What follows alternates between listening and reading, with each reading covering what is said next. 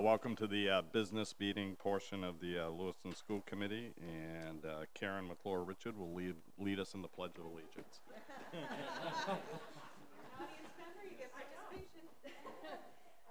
Allegiance to the flag of the United States of America and to the republic for which it stands, one nation, under God, indivisible, with liberty and justice for all.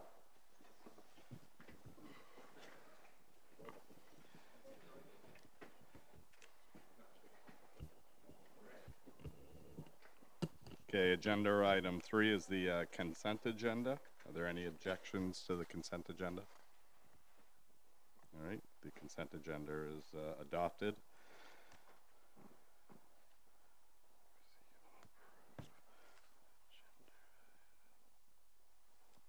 And agenda item number 4, public input. Members of the public may address the school committee for up to 3 minutes on non-agenda items now, and if it is an agenda item, that will wait till the agenda item is up. Is there anyone from the public that would like to address the school committee? Ms. Richard.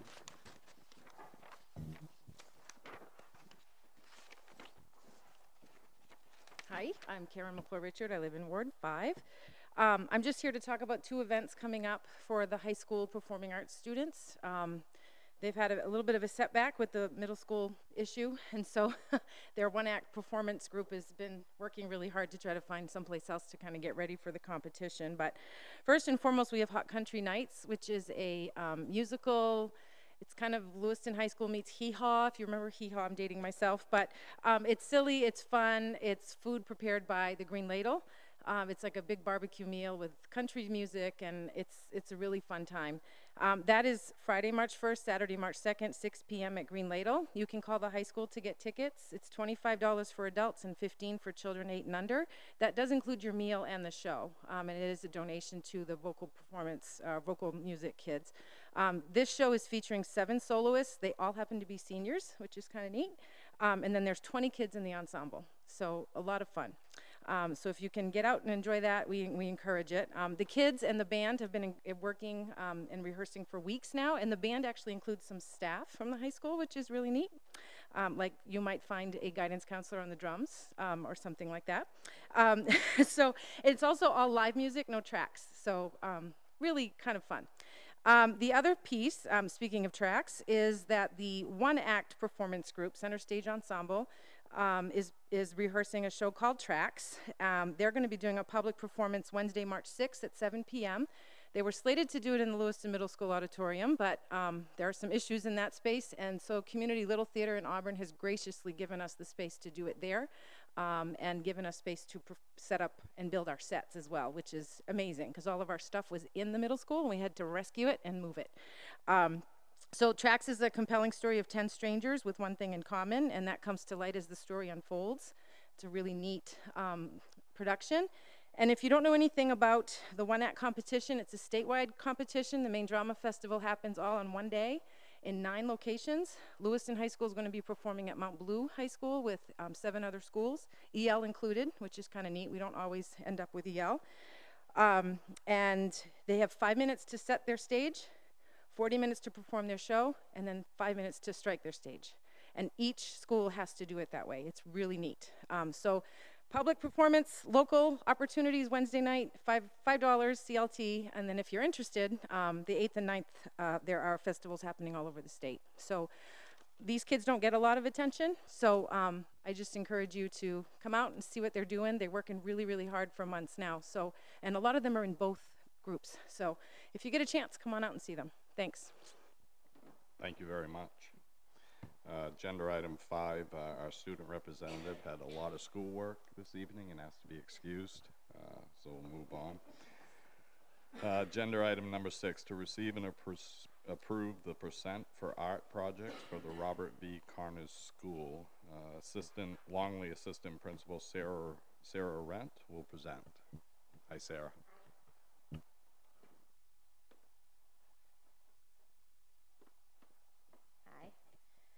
So I will be brief, but I'll just go over the process a little bit for those that aren't familiar with how the Maine Arts Commission does their selection process, and then I can I think some of you got some handouts, but I have a few other handouts to show the work that was chosen.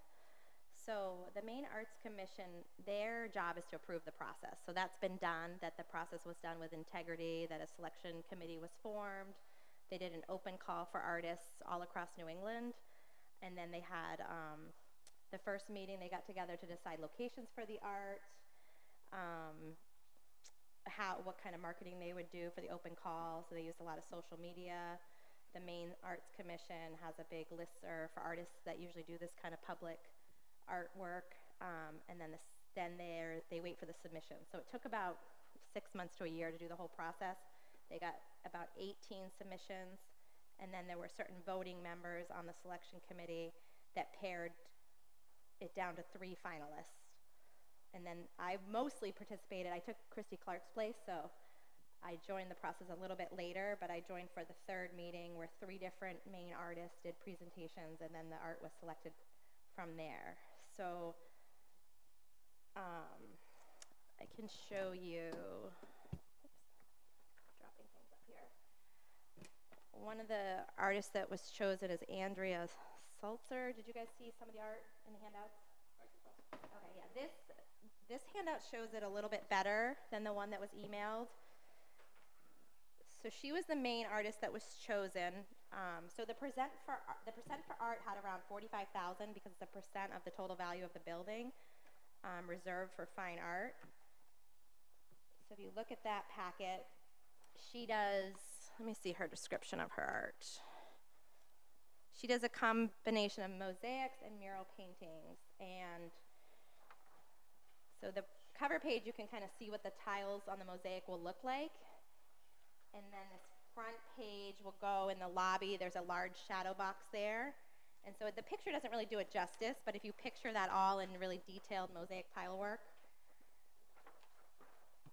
And she does it's a kaleidoscope. So it's her philosophy around the art is to celebrate diversity, beauty.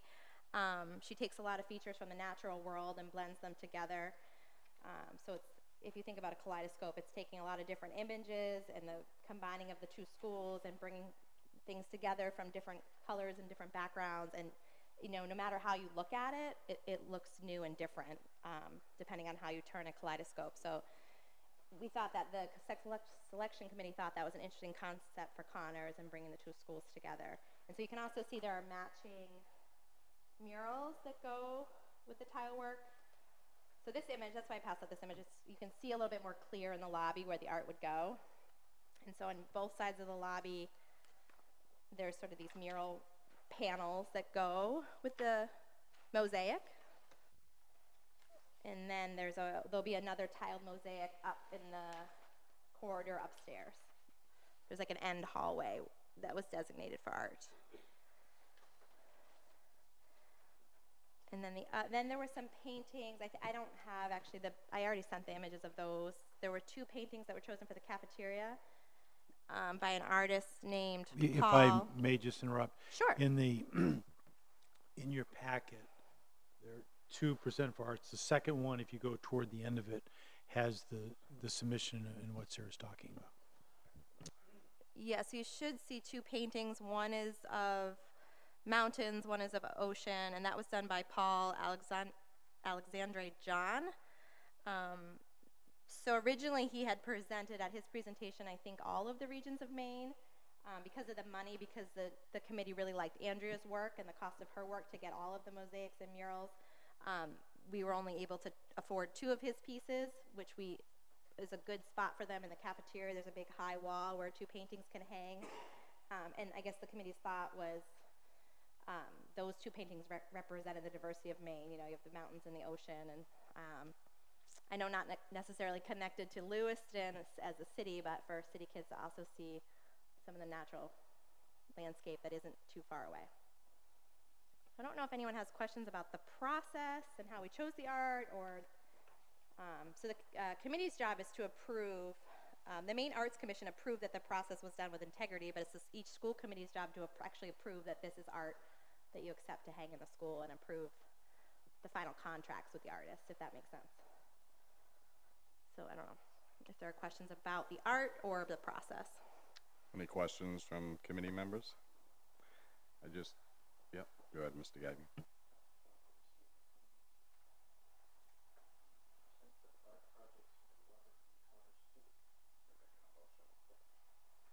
Do I have a second? Motion by Mr. Gagnon, seconded by Ms. Hutchinson. I actually called Assistant Principal Rent just to ask a few questions because I was really surprised no local artists were involved. And she explained the process, and I do believe it was done with integrity, and I'm going to support this vote. But I really struggled because for the money that they had, $45,000, we really could have, if someone would be thinking in the future about local artists, how much art we could have put in that school for $45,000 versus 1, 2, or 3 very expensive pieces. So I share that with you. Maybe you can pass that on to the commission when you let them know that most probably the committee will support this. But I just think that's important because we have a lot of struggling artists in our community that would have loved to have the opportunity. But I did speak with artists. It was out there. People, could have. But I think when you're looking for 3 fine art pieces or large art pieces, that really does disqualify some of our local artists. So I just wanted to share that publicly, my thoughts on that. Any other questions or comments from committee members? All right, if not, all in favor? Opposed? Unanimous. Thank you very much.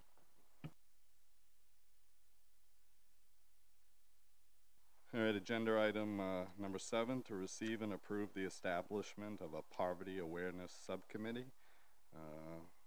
And I'm presenting on this. So a couple of weeks back, we approved me having permission to raise money and to have a team eventually go to the Harlem's Children's Zone to take part in their training. This is just another piece of that.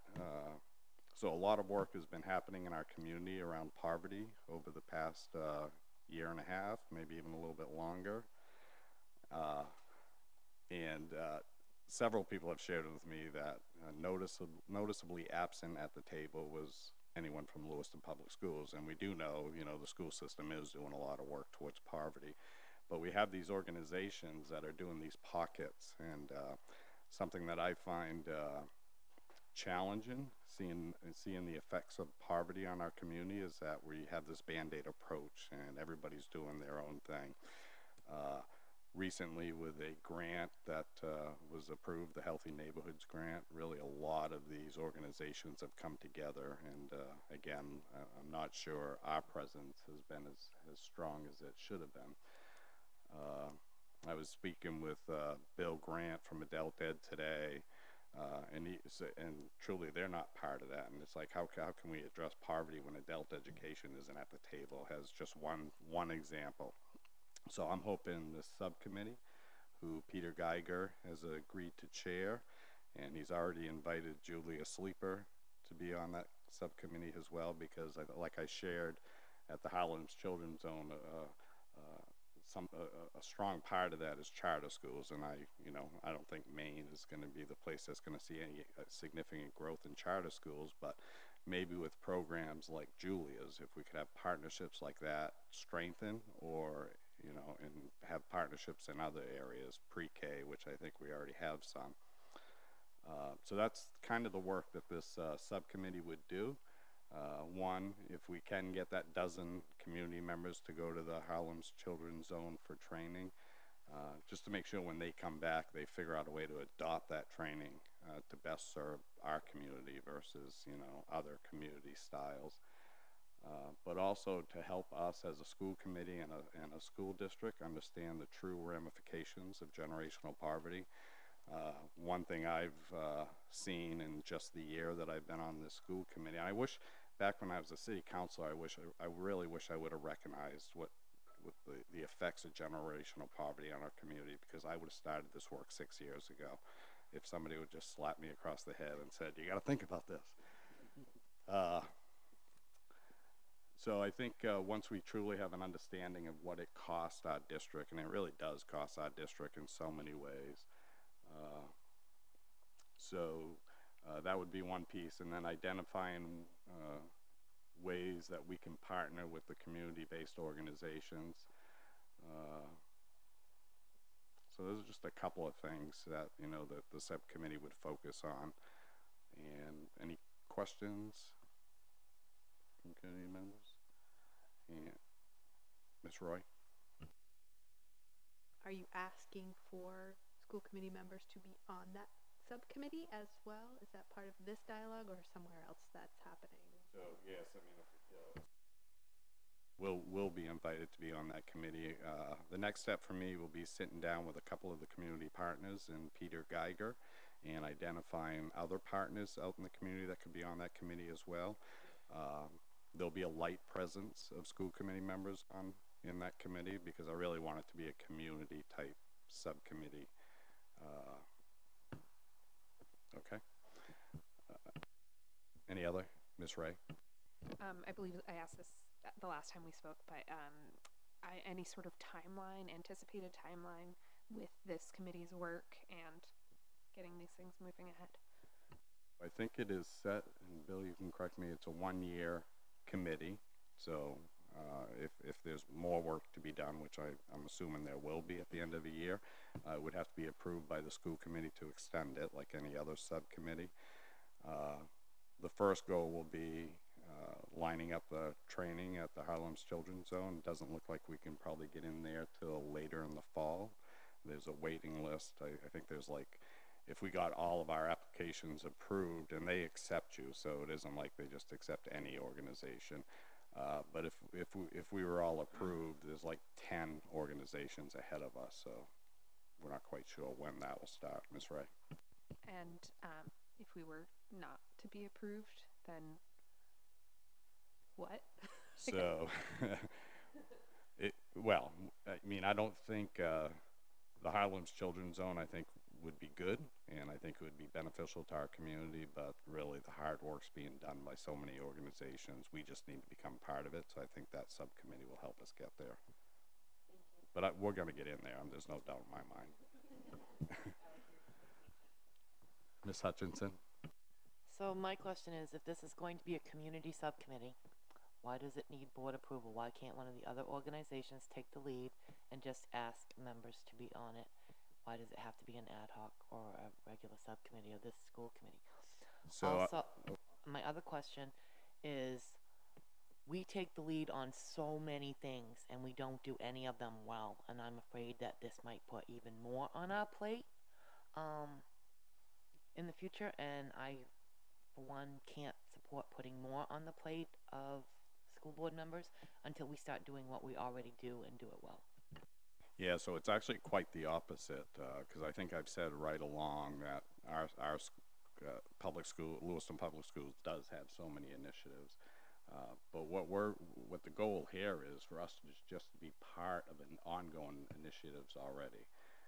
Why is it a school committee subcommittee? Because I think because poverty costs this district so much money, and if we're not going to lead this, it's going to be community based, but it is going to be a school committee subcommittee because we have to identify the areas within the public schools that there's already ongoing work, and then share that with the community and then be part of that community discussion.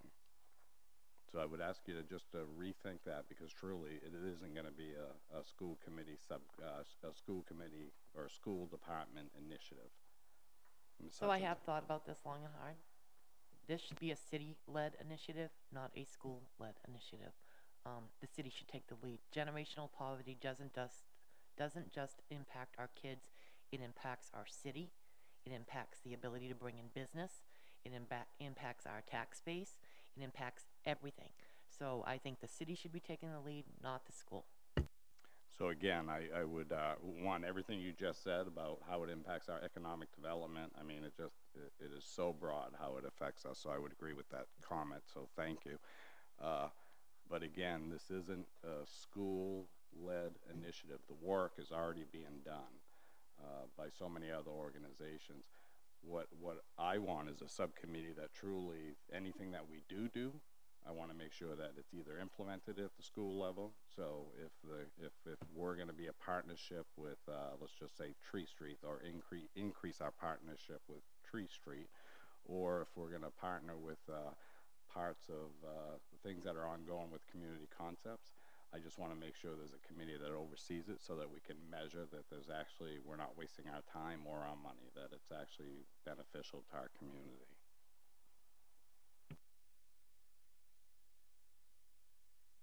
To the public, Shanna? Hi, I'm Shanna Cox, 119 Ash Street, and I can't be a proponent more of the notion of an exploratory subcommittee. I am so grateful that this is being brought up, and I think, Tina, some of your comments are so valuable. As somebody who's been working on poverty and its linkage to economic development, community development, workforce development, real estate, and education in our community for a decade or more, and many of us have been, what you say is a pretty important thing, and I think it's actually really important that the city as a municipality gets involved as well. It is in a number of areas, and the missing piece has been for many of us in community the linkage for education. And it's not that we haven't tried, and it's not that education hasn't showed up at the table, and I want to just be really clear about that.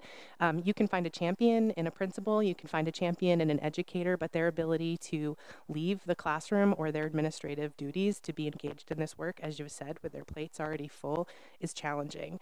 And so what we have is kind of an inconsistent representation from the education system as a whole in a lot of this community-based work. And it's key. It's key for some of the federal grants that this community is going after and that the city is sponsoring.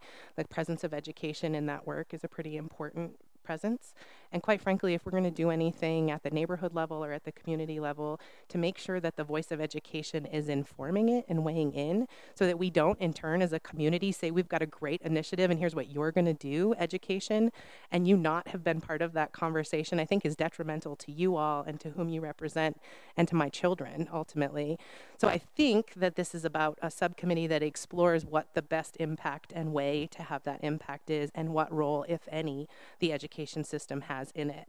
And so I hope that that year of exploring that question, I hope that it results in an initiative that the education and the district is part of. I hope that they don't lead it, quite frankly, for all of the reasons that you've said, but I hope you use that time to explore that in a really meaningful way that has kind of a thoughtful and intentional approach. What I've noticed as a community member and as a taxpayer and as a parent is that there needs to come an intervention point in this system of generational poverty. And it really does come down to education at this point in our community with our circumstances. There are people who see a lot of economic opportunity here but won't move their kids here because they don't want them educated in our schools. And so for me, it is an economic development tool. And I saw tonight, and I see firsthand, we do have first-rate education, and that doesn't always show up kind of in the state rankings. And so how do we kind of change that juggernaut and ensure that the kids that are coming out of this district aren't contributing to the next generation of poverty, but are instead breaking that cycle? And it's going to take some leadership, and it's going to take some vision. And I hope this school committee and this district have it in the coming years, but I think this is the way to find it. Thank you. Thank you very much.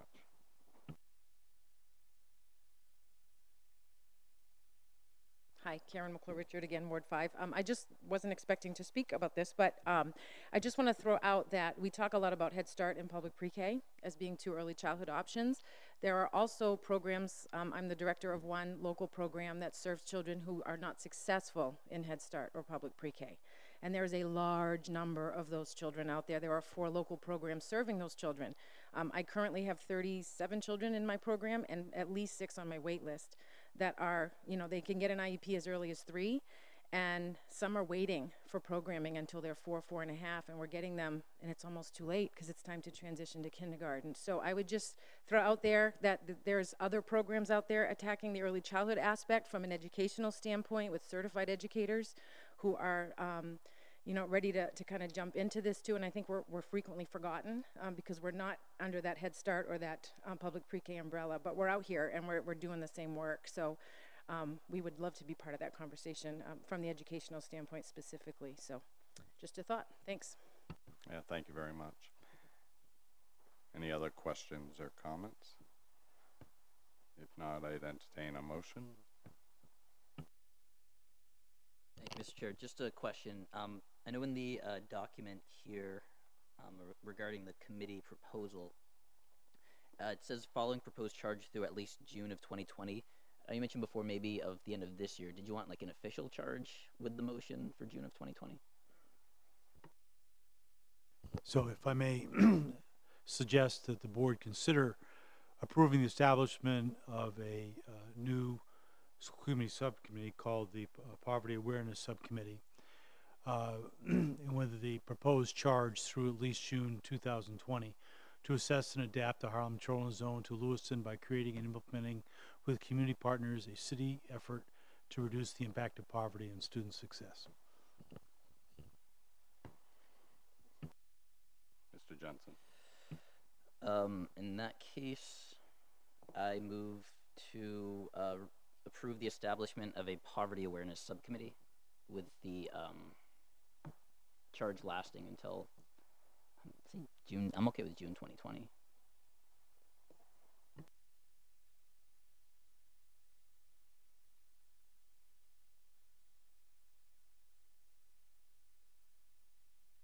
Any other questions or comments? All right. If not, all in favor? Opposed? One opposed. Thank you very much.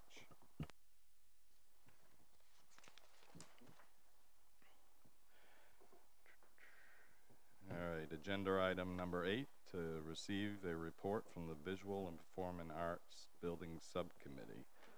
Member Francis Gagnon will present.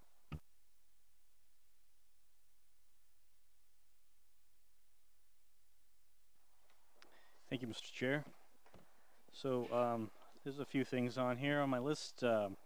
We met on February 12th with the architects who gave us an update with the structural changes that we asked them to provide, and an overall review of the budget process for the wing, the art wing, as we know it. I think, didn't we have yes, we had a fear of a storm that day, so the meeting was bumped forward because they're coming from Concord, New Hampshire. So I missed a little bit of the beginning of the meeting. Mr. Jensen was at the meeting, so he got the beginning part. I got the end part of the meeting. So it was an informative meeting, lots of information and details moving forward. The overall budget predictions came at about $1 million under what we originally evaluated. Also, I spoke with Superintendent Webster. Some of this information will come to you next week when we talk about the LCIP. That'll be further explained. We discussed the changes, which is the next agenda item on the name going forward, and I can explain that a little bit more. We went over a schedule of things that we wanted to start with now that we have a foundation of a budget and how everything will look in the wing. We talked about how we can get the information out to the community, to make a video, attend sports events, possibly with a table, with information for people to stop by and visit, and so we can provide information like on a brochure or maybe even a model of the new wing, possibly even attend a chamber breakfast, the local chamber, and provide a presentation, not only as a spotlighter, but possibly even as a speaker at one of the chamber breakfasts, possibly. So the wing or the theater was supposed to be built in when the school was built, 1974. We're approaching 50 years. So originally the school was called the Lewiston Comprehensive High School, and we realized that the comprehensive fell off eventually because it was not comprehensive, in the sense that the comprehensive part was cut off and never built. So it'll be interesting to put that in our marketing, that now we're finally 50 years later adding the comprehensive back into our school with an auditorium or a theater, but also in other improvements as well. Next week, Mr. Jensen will cover we have a meeting coming up next week with the Visual and Performing Arts Committee. Mr. Jensen will cover that for me since he's on facilities. I'll be away at a conference.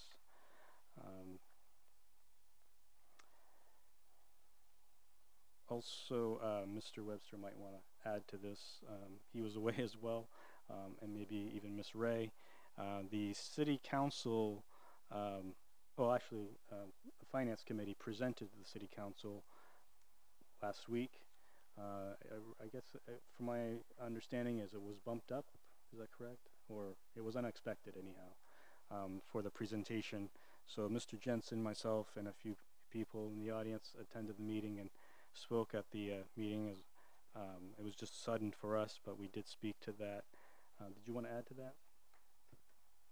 So the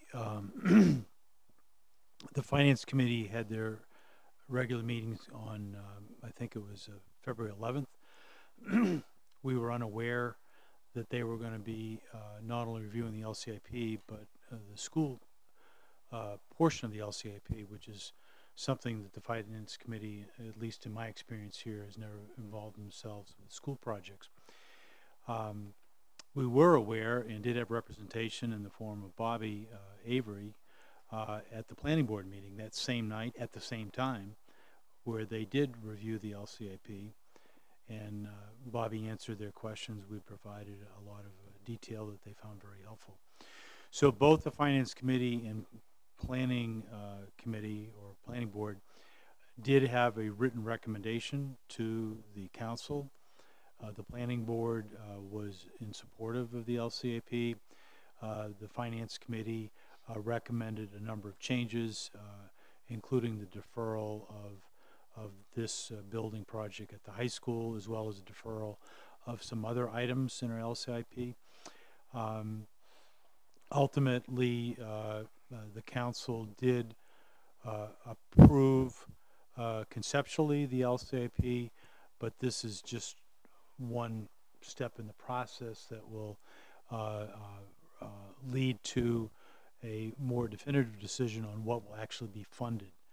And in talking to the chair, we think that it would be appropriate to have the workshop next Monday focus on the LCIP and put this board in a position to either approve the LCIP as been presented, again I'm talking about the school projects, or make some revisions so that information go to the council in plenty of time for the council to make what ultimately be a funding decision after the operating budgets have been approved.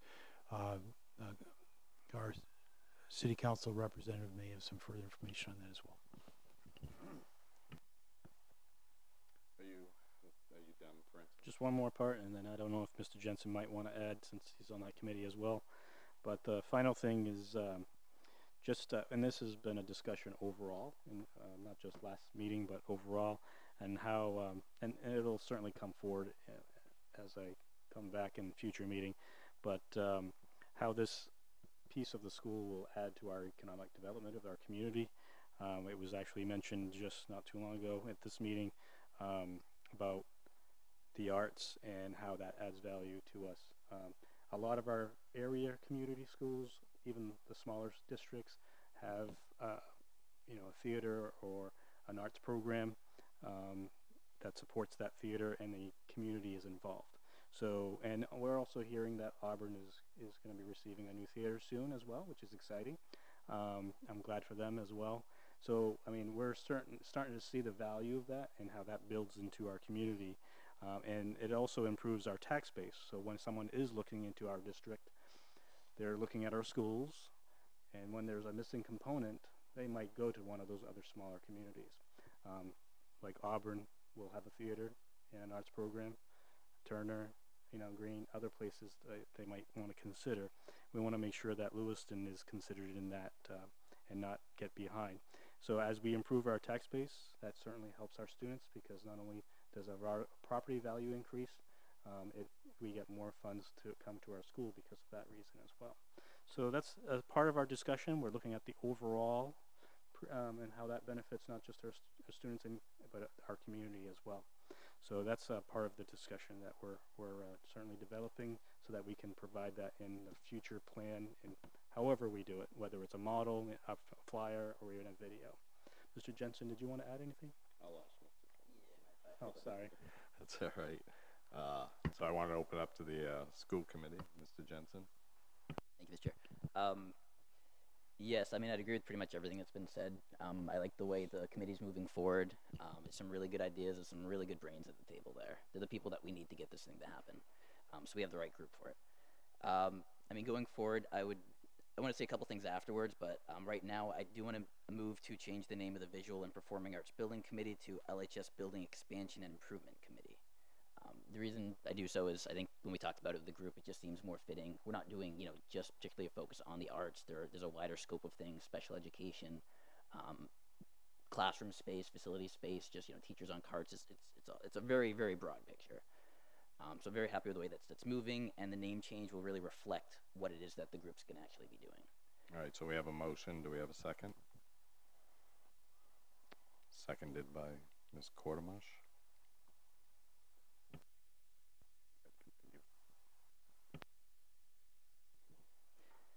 I'm thinking now, I mean, there were more thoughts for the LCIP and the presentation that we heard at the city council meeting on Tuesday, just being like unprecedented that the finance committee made a recommendation regarding schools, which, I mean, unprecedented. And the fact that they didn't happen to include us in that conversation is just a really breakdown of public policy. So I was very disheartened to see that all go down. But I think we made a pretty good presentation to the council, and it was a unanimous vote to continue keeping it on. So I'm pretty comfortable going forward. But just wanted to comment about that too. All right, thank you very much. Any other comments, question? Ms. Ray, did you have anything to add? I think, so as Superintendent Webster was alluding to, this meeting always occurs at this point in the process, and we always receive recommendations from the Finance Committee and Planning Board. I think that the manner in which it was presented was quite different this year. We do have a new Finance Committee chairperson, and so I think they are doing it in their way, which is just different. And so, I asked a couple questions about that process, and we talked about how that process felt unsatisfactory, that Chief Administrative Officer Bobby Avery was afforded the opportunity to be at the Planning Board discussion, but not the Finance Committee discussion. It was talked about the short timeline that, Finance Committee, Planning Board, and Council, and School Committee, all the committees receive the LCIP, need to make some sort of judgment or recommendation on it and then move it forward, because in the city charter it says that we have to receive it 5.5 months before the end of the fiscal year, and we have to approve it 4 months before the end of the fiscal year. So it has to be approved, and it's usually amended later at the end of the budget process once we know what our fund balance is, once we know what our priorities are as a council. And so I'd say it was a 7-0 vote to accept the recommendation. Well, we didn't vote on the recommendation, but we voted on accepting the LCIP and approving it as it stood.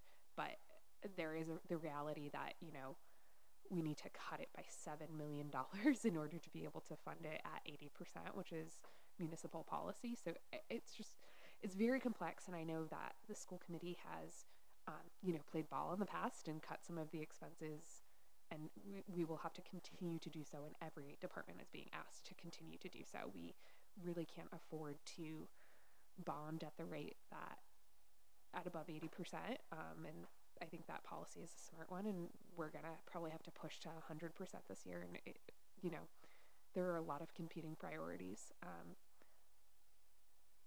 I'll leave it there. So I would, one moment. I would, so that 8% rule is really is important. In fact, I was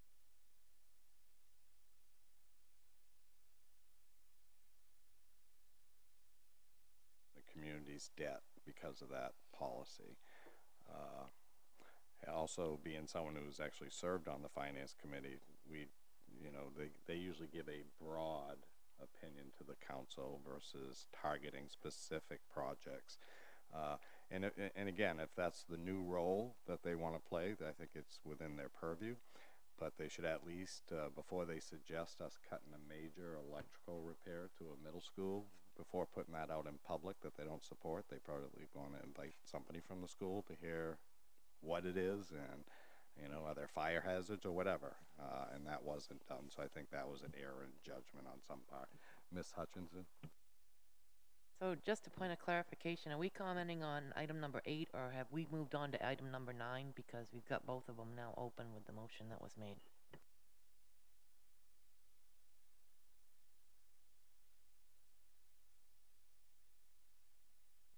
Yeah, so we're kind of hitting both. Well, I mean, yeah, so. No, that's fine. So I would assume the comments of agenda item 8 are now into agenda item 9, but we do have a motion on the table on number 9. So, yeah, Luke, you made a motion during number 8. Okay, so Alex.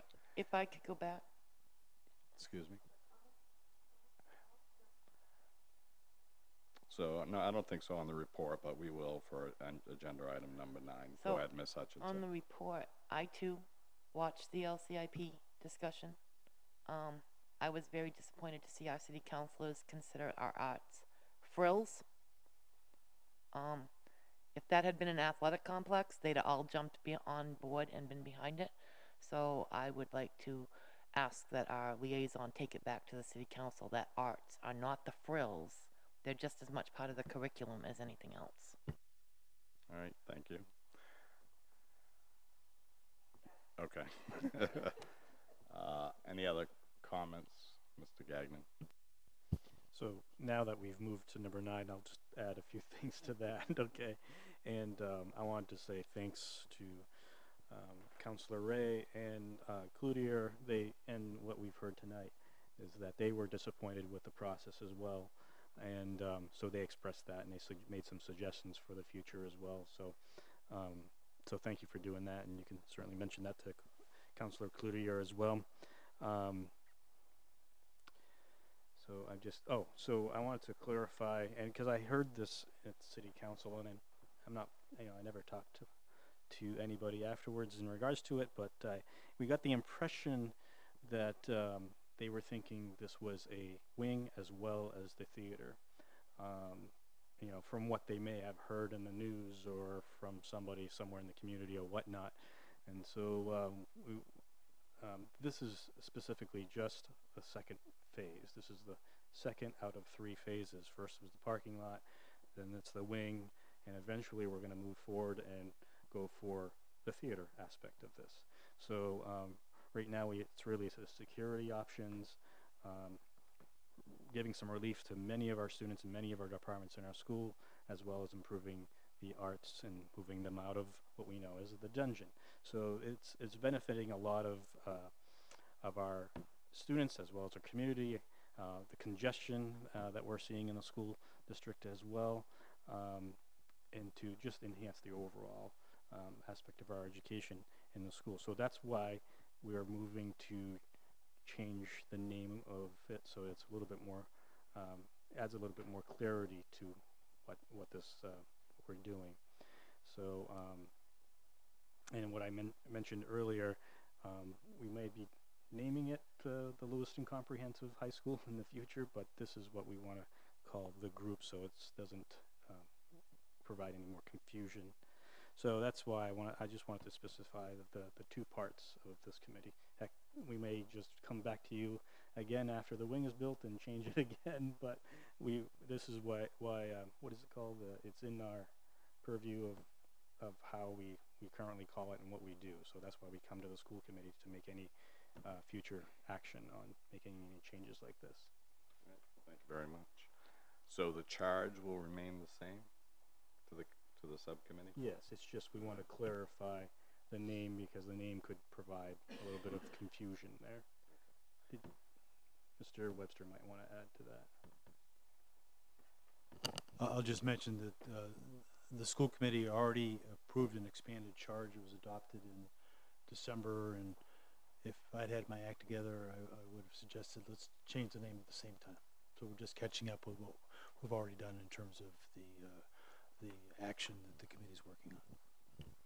All right, any other questions or comments before I turn it over to the public? Anyone from the public have comments? I kind of saw it in your face.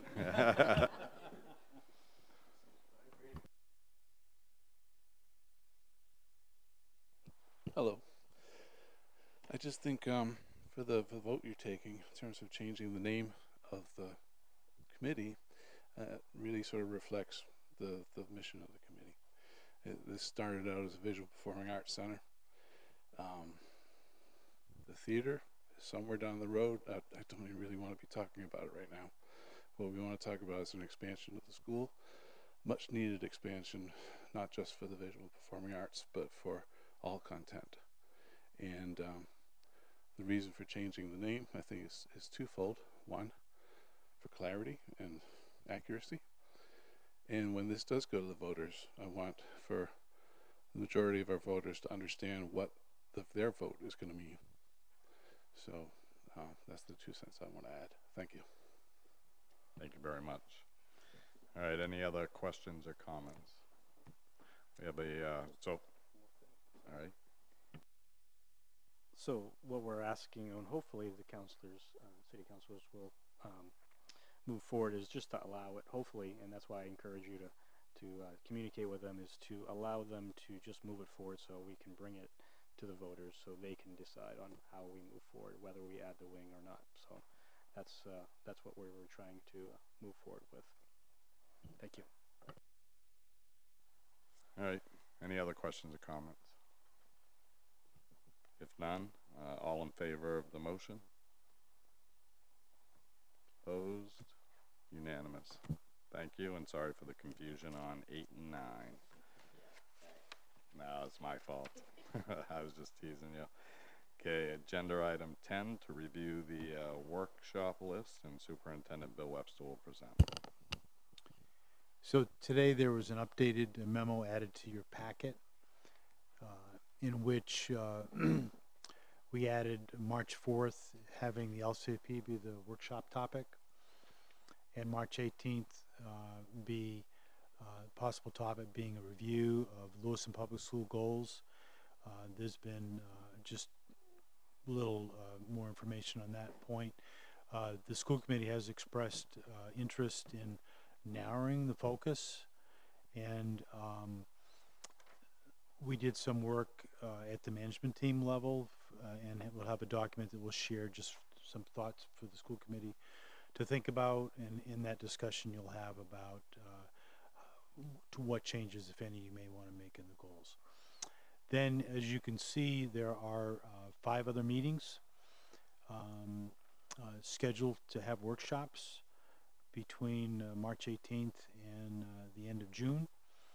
And so far, the suggestions that I've received, either individually from some of you or in past board meetings, are the 5 that I've listed there. And whether if people like those 5, we'll distribute them perhaps among the 5 meeting dates remaining, or there may be something that you would like to have given priority to, or maybe another topic altogether. So I'm here to get input, and then the chair and I will reflect on that input in coming up with future agendas. Thank you. Any other, Ms. Roy? I don't see chronic absenteeism on that list. That was a suggestion that I had made. Ms. Ray? I think this might come up throughout the course of the session in the legislature, but any pertinent education bills, and I think a lot of workforce development bills that have to do with adult ed are coming through. So I think if there's, I don't know that that's necessarily a workshop topic, but I think it's something that would be great to be apprised of. Mr. Gagnon? One of the things that was mentioned at the last meeting was the future professional development for supporting and expanding after school and 21st century programs was along the same time of chronic absenteeism. Ms. Hutchinson? So I have two. One is there are a lot of legislative bills coming up, including one that was heard in committee today about asking for a recommendation by DOE to put more vigor in our diplomas come and report out by January of 2020. So I really think the legislative bills that have been submitted, we really should be on top of, so we can talk to our legislative liaisons about. Also, on the efforts to reduce out-of-district placement of special education students, I think we also need to compare it with what it's costing us to keep kids in our schools. We're running low on space. You know, can we bring any more RISE kids back into our schools, or are we at maxed out?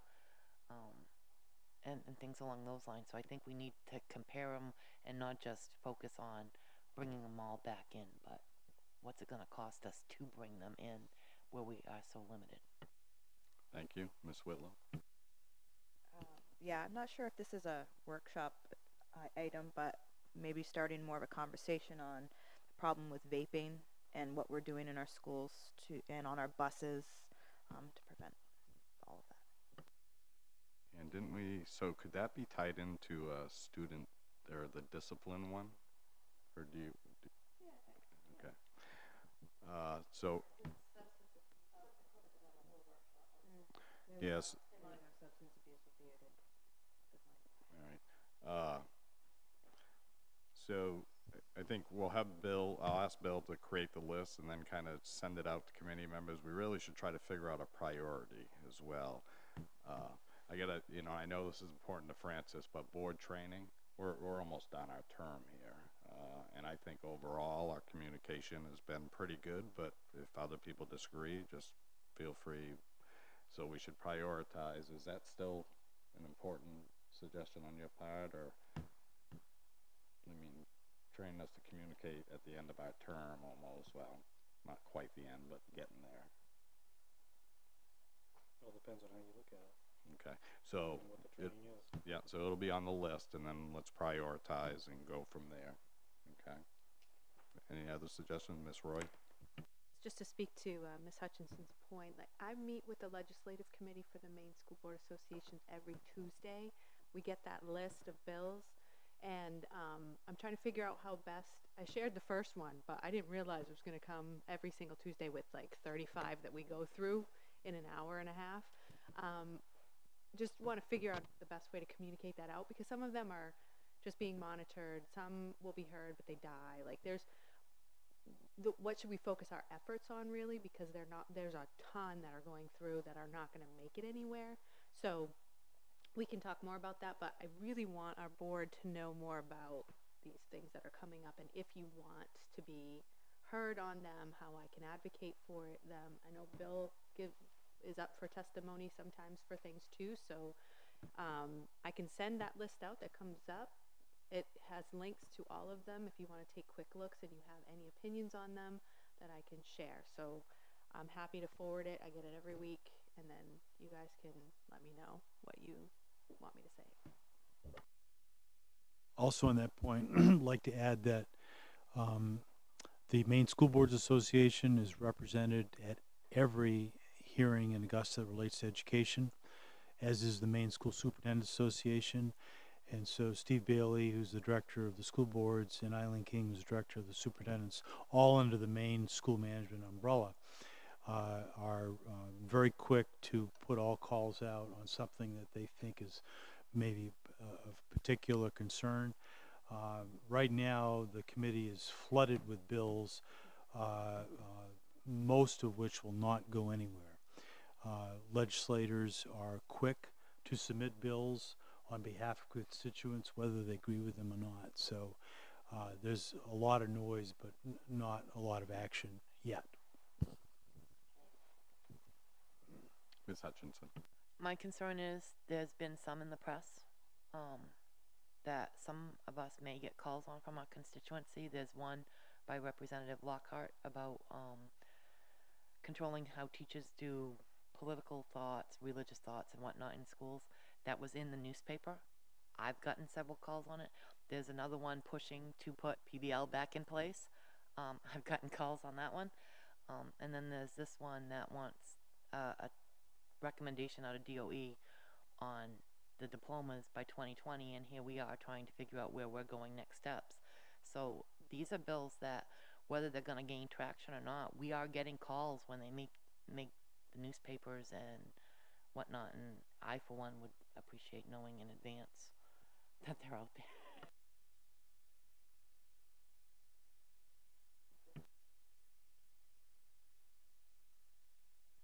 I'd like to just make reference to one of the bills that Member Hutchison referred to, and that's Representative Lockman's bill.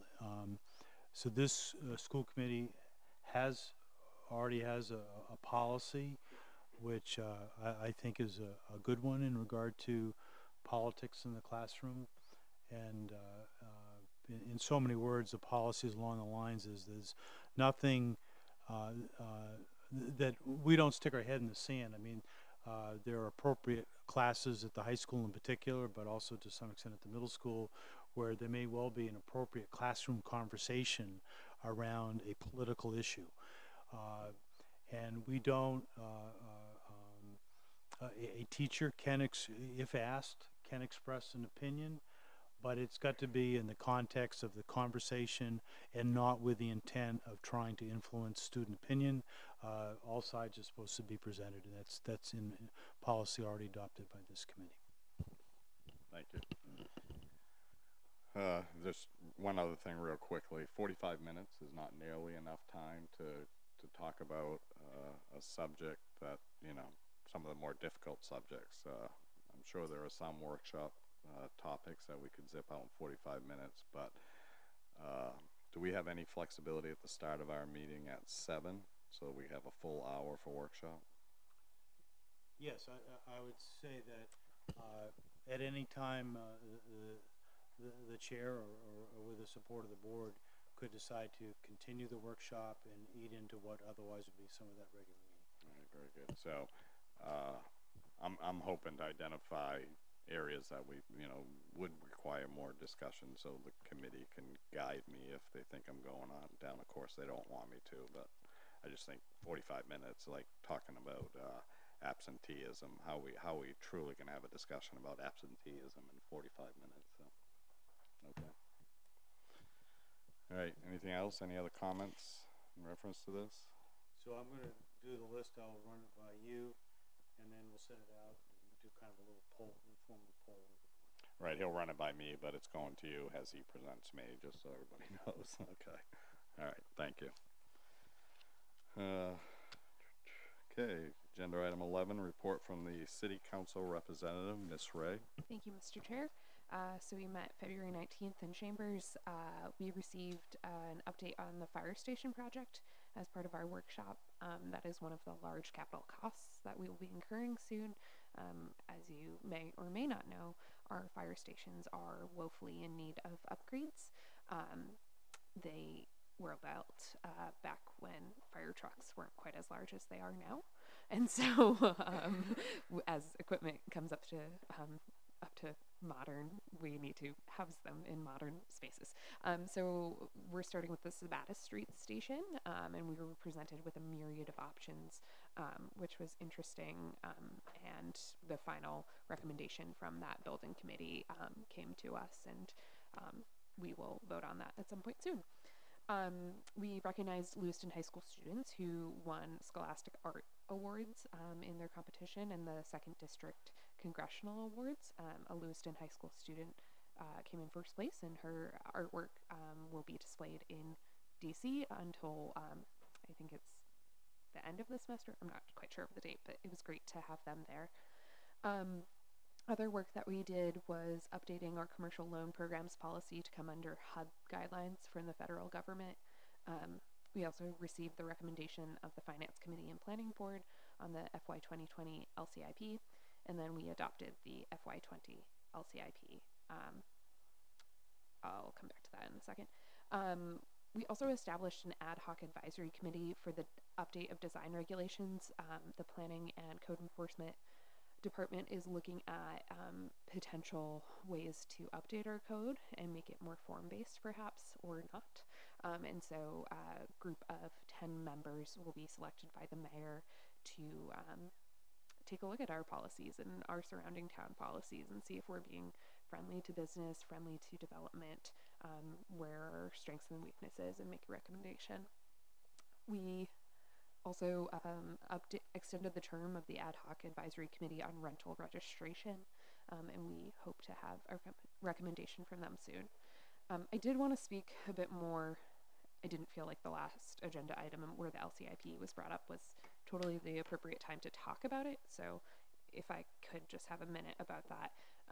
I think as the city council representative to the school committee, I lobby for you all and for the school committee, school department on the city council. And so I don't want anyone to construe my approval vote or anyone's approval vote for the LCIP as, condoning cutting any school department projects. I think there's just so much to consider. And as I was starting to say before, but kind of cut myself off, there are a lot of needs in this community and they exist at every department level. And so I will happily convey, the will of the committee back to the council as much as I can. And I try to work to do that as often as I can. But the reality is, folks on that council might have different priorities than, say, you or I. So although I am trying to do that work as effectively and efficiently as I can, it doesn't hurt to reach out to your own counselor. And so I would definitely recommend doing that on an individual or group basis as well. The mayor did vote this past time because Councillor Lyson was unable to make it, so feel free to include Mayor Bouchard as well in those considerations. But I think, I hear it all, and so I feel equipped to vote on matters that have to do with the school committee, but not everyone on that council does. So I would invite you all to reach out to your own counselor, to the mayor, to the whole council if you so choose. And I'm happy to answer questions about that meeting too if there's still any confusion. Thank you, Ms. Ray. Any questions for Ms. Ray? Okay. Agenda item number 12. So just two things real quick. I would encourage every committee member here to look at that LCIP before it comes on our agenda and come prepared with some thoughts on any changes. I know I'm gonna, so. And then before budget starts, I would encourage any community members to reach out to Bobby if there's any schedules or, we've had discussion about administrators. There's just lots of things that we ask. Anything you can give her ahead of time would probably be helpful to her. So other than that, I have no other report. And we'll move to agenda item number 13, report from the superintendent. Thank you, Mr. Chair. Just a couple of items. I did send out an email, I believe, a week and a half ago about the mitigation work that's necessary in the Lewiston Middle School auditorium. And as Karen McClure, Richard noted, that Community Little Theater has stepped up and really being a big help to serve what would have taken place at the auditorium in the meantime. I'm due to get a report over the next couple of days, and we hope to have that back operational as quickly as possible.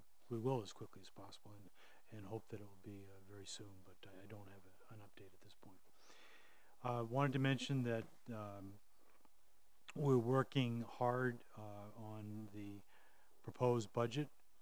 That's why Bobby Avery is not here, although she's about ready to come in. I just texted her.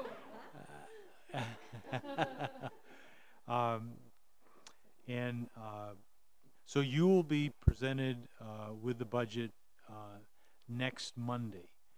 You will not get it in advance of the meeting. I'm sure we're going to be tying a bow on it on Monday. But the presentation on Monday is strictly to make you familiar with the budget material, answer any general questions, but we won't be doing an in-depth review. It's just to present it to you and answer questions so that you'll be better prepared when on Wednesday we'll actually start the process. And then just to complete the LCIP discussion, as I mentioned, we will have a workshop on that next Monday. And I need to talk with Bobby Avery and Chair Care as to whether or not any of that session might be an executive, in that a lot of it relates to detailed recommendations on the part of a security review, which in any detail is not public information. But we'll talk further about that. But my hope is that March 18th, that you would be approving in some form the school committee's LCIP proposal to go to the council, and I'm suggesting that after that vote on the 18th might be the time for Councilor Ray to give an update to the council at that point. Ms. Ray. Will the council receive the school budget at the same time as the school committee next week? So that's a good question. What would do is would present it in summary form to City Administrator Ed Barrett, who can then distribute to the council.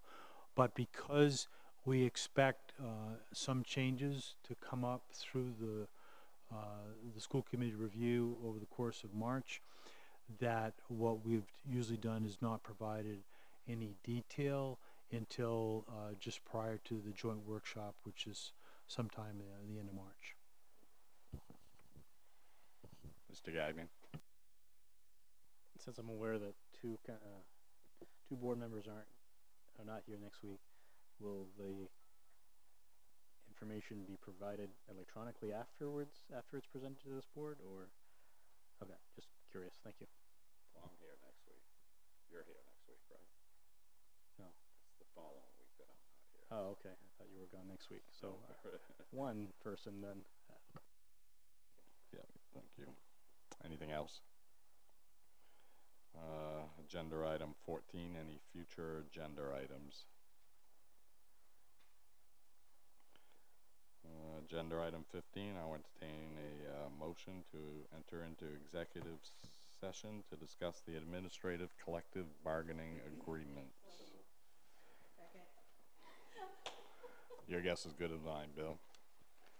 I think it was Ms. Whitlow definitely seconded it. I got it. All right, all in favor? Unanimous, thank you.